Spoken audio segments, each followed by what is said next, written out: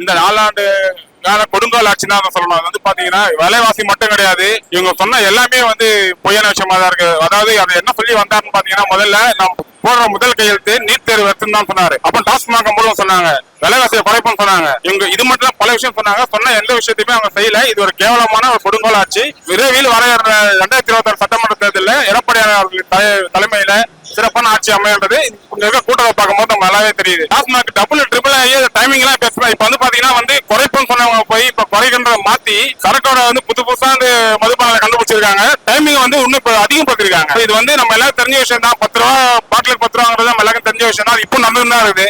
அமைச்சர் செந்தில் பாலாஜியை கட்டா அப்படி விஷயம் நடக்கலன்னு சொல்றாரு. பெண்கள் குழந்தைகள் பாதுகாப்புன்றது இந்த கேள்வியே தவறு. அப்படி ஒரு விஷயமே இல்ல. அண்ணா செய்தி விஷயம் ஒண்ணு சொல்ல தேவையில்ல. ஒவ்வொரு மாதம் பெருசா தெரிஞ்சது வெளியே வருது. தெரியாத விஷயம் பல இருக்கு.